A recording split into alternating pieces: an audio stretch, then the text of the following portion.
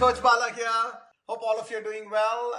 And this is around Sunday evening for me here, about 6 p.m. And it's another blizzard expected, or it's actually ongoing. We finally, at least those in the East Coast and northern part of America, we finally got out of, we thought we finally got out of one massive snowstorm. The last couple of weeks, we were literally under the snow, under sub-zero temperatures, and we slowly got out of it. And then boom, one more blizzard, like a big one, expected to have a lot of snow. And again, next week is going to be bad and winter and all that. And the reason why I'm saying that is that's what a training is all about. It's all about these problem solving and challenges that we have, and how do we get ahead of it. In my last weekend's message, I was talking to you about when the going gets tough. I gave you some strategic thoughts, not strategic, like tactical thoughts on how to get out of a rhythm that got disrupted and how you slowly build the rhythm.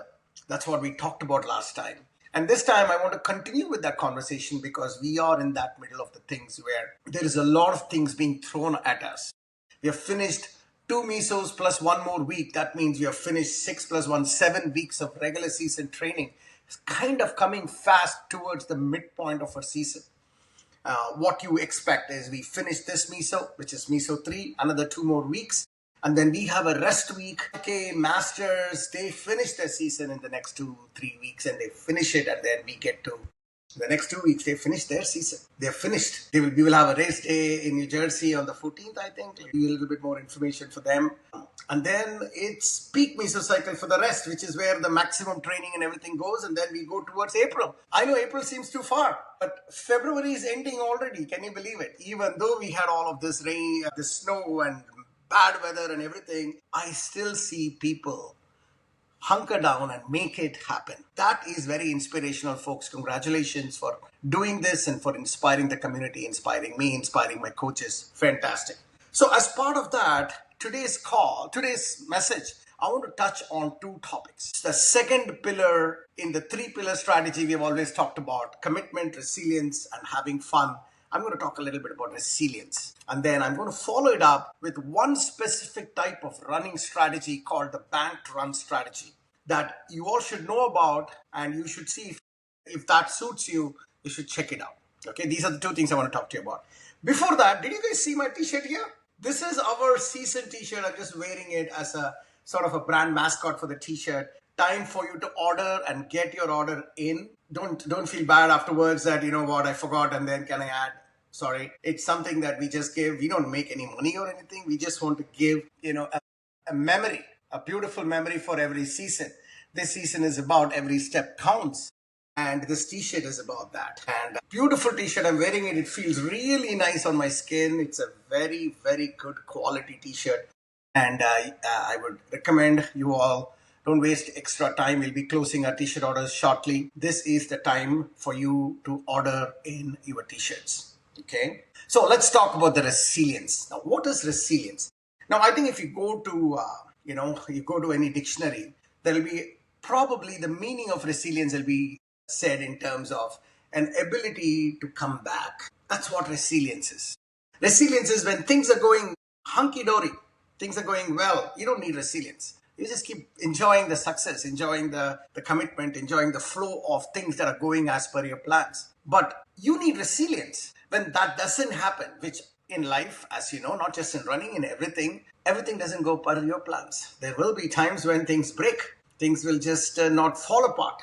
Now, the question then is, do you just accept falling apart and then just abandon your original plan, or make an effort to come back? That ability to come back is what resilience is. And by now, you all would have realized, out of those 3 pillars, resilience is an important pillar for you to have a long-term training success. Even within a season and multiple seasons, you will know that every runner faces many challenges. Some expected, some unique to those runners, every runner faces the same thing. Like for instance, let's think about our own season this time, season 15. One of the worst winters here in North America in many years. So as a result, there is a massive disruption in planning. How long can you keep running inside? And more importantly, if you're always inside, you don't feel like doing it. There is a mental sort of, lethargy that comes in. So that is when everything that you plan for is going to bonkers. So this is where resilience and character for you to come back to wherever you are, to come back to a certain rhythm is important. And I told you in the last weekend's message how I do it tactically.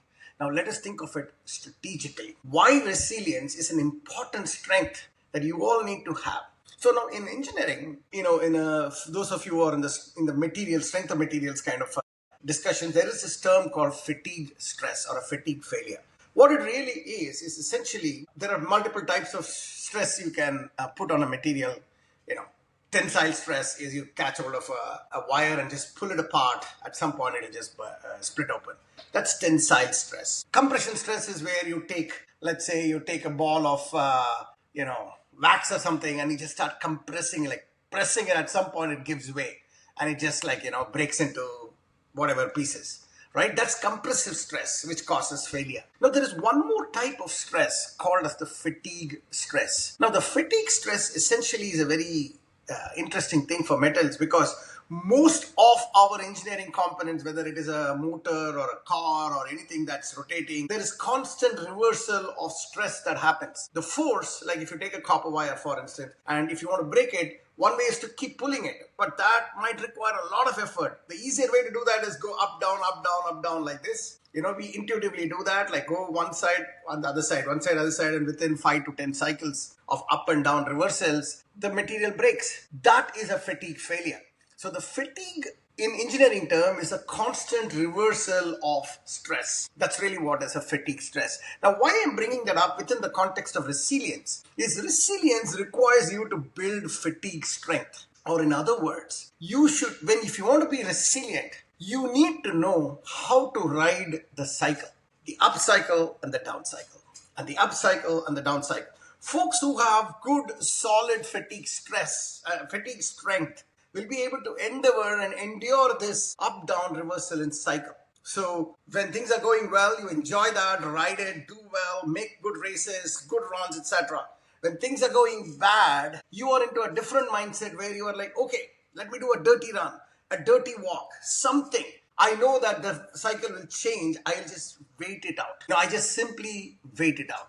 That waiting it out in bad times instead of abandoning it and doing something that instead of nothing is what gives you fatigue strength. And why this is important, guys, is that when you do this, anything in life, but especially long distance training, and let me just talk in terms of long distance training alone, this ability to have that confidence that yes, I'm not doing well right now, but I'm not going to abandon it. I'm just not going to abandon it. I'm just going to do something because I know things will reverse and I know that I can come back. That is the mindset that I want you all to be in.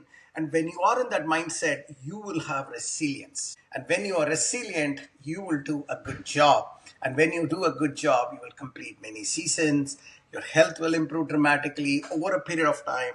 And as a result, you will be thankful that you endured the down. In fact, folks, during senior runners, there is a type of run called the stride runs. And the stride run basically is, for those of you who are new, you probably won't know it, but those of you who are join the more senior program, the experience program, you will get these type of runs, which is the most important run, because in stride run, what we do is we request the runners, or we set up the training program in such a way that we ask the runner to run fast, then run slow. Run fast for some time, run slow. Run fast, run slow. This reversal in pace enhances the ability of your system to take on an additional load. And when you do that for full run, and the next day when you come and do a simple base pace run, you will find the base pace run is a lot easier to execute because you have put yourself into a little bit of a fatigue strength training. So that's why those type of runs are important. So some of the runners like recently getting exposed to these kind of stride runs, if you don't read instructions and you just look at the number of miles given and just do the miles, you've lost the entire purpose of that run, which is the resilience building portion of your training program. Okay. The last message I want to give you on resilience is that, when you look back, let's say now we have completed 15 seasons. I have been running for, 2005 I started running. So this is 2026. So I'm running for 21 years. But when I look back at 21 years, the times then when I really feel proud when I look back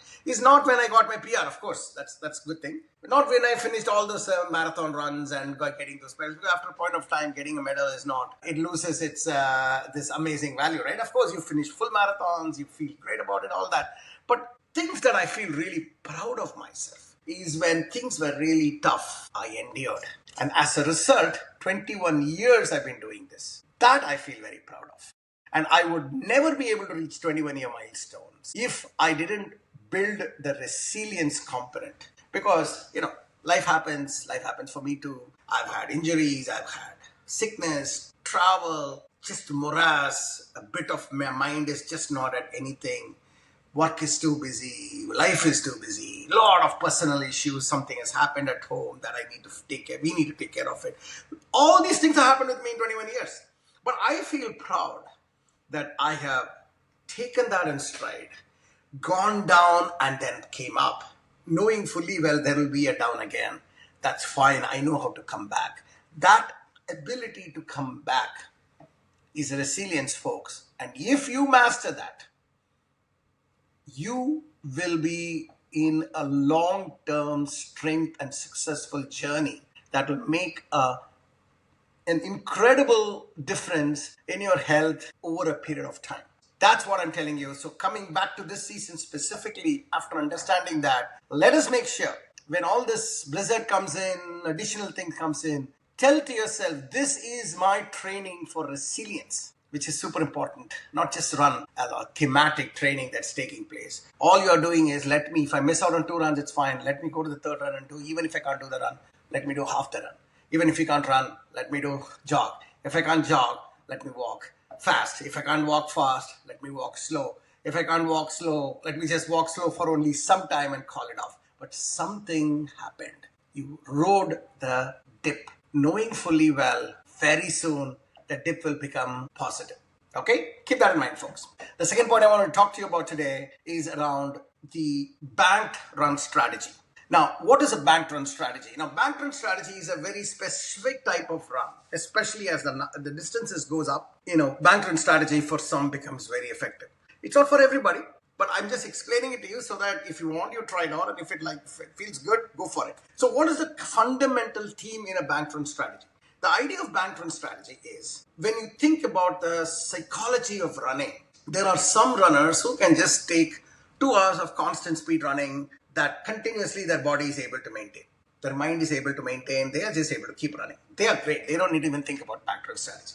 But then there are a large portion of folks, when they're running, their brain gets exhausted. Like, oh my God, I just ran for 25 minutes, but I need to run for another 1 hour. Same thing. And my body is paining, a little pain is there, some niggle is there. The end point is so far away that, it just loses its enthusiasm to keep pushing you, and then you get into, what I'll call the runoff. So to break the monotony of running, banked run strategy is a very effective tool. Really what it is in its fundamental level is that you take, let's say you want to go for a 5-mile run. Option 1 is run the 5-mile continuous, slow, start slow and end fast and finish it off. That's one way of looking at it.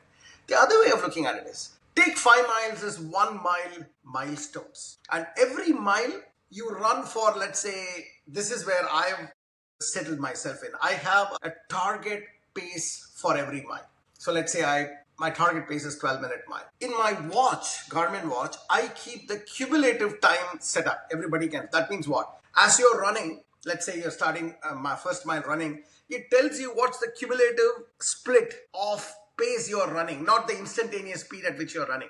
That means it'll tell you you're running around 10:58 pace. That means, let's say you ran for 0.5 miles, the overall average of 0.5 miles is 10:58. That's the cumulative pace. You can always check it out. It's a very, you just swipe the watch phase and you will get this particular metric. Very easy. So you use that cumulative pacing metric. And when you do the banked run for the mile 1, let's say my target was 12 miles, 12 minutes a mile. I run 0.85 miles at 11:30 a mile. So essentially 30 seconds faster than my target. Or in other words, I'm banking those 30 seconds into my savings bank that I will use a little later. And that is, when it comes to 0.85 miles, I just shut it down and then do. But I have now a 0.15 miles of rest, more than body rest, mental rest, where I'm just relaxed, I'm just walking, looking around, like maybe looking at the phone, sending some messages, taking some pictures, doing my own thing, where I am not running, but I've earned the gift that 0.85 miles has given me. That's the thought process. And when you do that, two things happen. One, your mental monotony is broken because you have a smaller target. Secondly, you are able to do a much better job in controlling the pace, especially if you would like to do a progressive reverse split, which is start slow and slowly increase pace every mile. Then you can have those targets. You can have target for the first mile is 30 minutes, second mile is 12:45, 12:30, like that, and adjust your banked run strategy in such a way that you end up around that pacing. That's what bank run strategy is. Works wonderful. There are many runners who do that. And in fact, this is also morphed into, I forget the exact name, but, they run for 0.25 miles, walk for 0.05 miles. And they keep doing that. That's an extreme form of bank run, but they do that. So it's up to you how you want to create the bank run strategy for you. I have now got into 0.85, 0.15. So it feels very comfortable. You have your own thing. Try initially bank run at 0.5 miles only. That means you run for 0.4 mile, walk 0.1, and then 0.4, 0.1. Or maybe run 0.3, 0.15. Like that. You make your own adjustments so that you get the distances done, but you give yourself that break in between. Your heart rate will also be in a lot better control. It doesn't go into any much higher zones. In zone 2, zone 3 will be, which is ideal. And as a result, there's a lot of benefits in bank run strategy, folks, if you are interested. Some people who do not like bank runners, the start, stop, push nature is difficult for them to again get started. I know that's an individual preference. You don't have to do it. But if you are not that difficult in it, I think you should go for it. Okay, cool. So that's the message for this weekend. Continue this. I'm also releasing the newsletter this week and take a look at it. Metrics Dash for season 2 is ready. It's essentially take a look at it. I'm going to send a message on that and we go from there. Okay, let's make it happen. Order.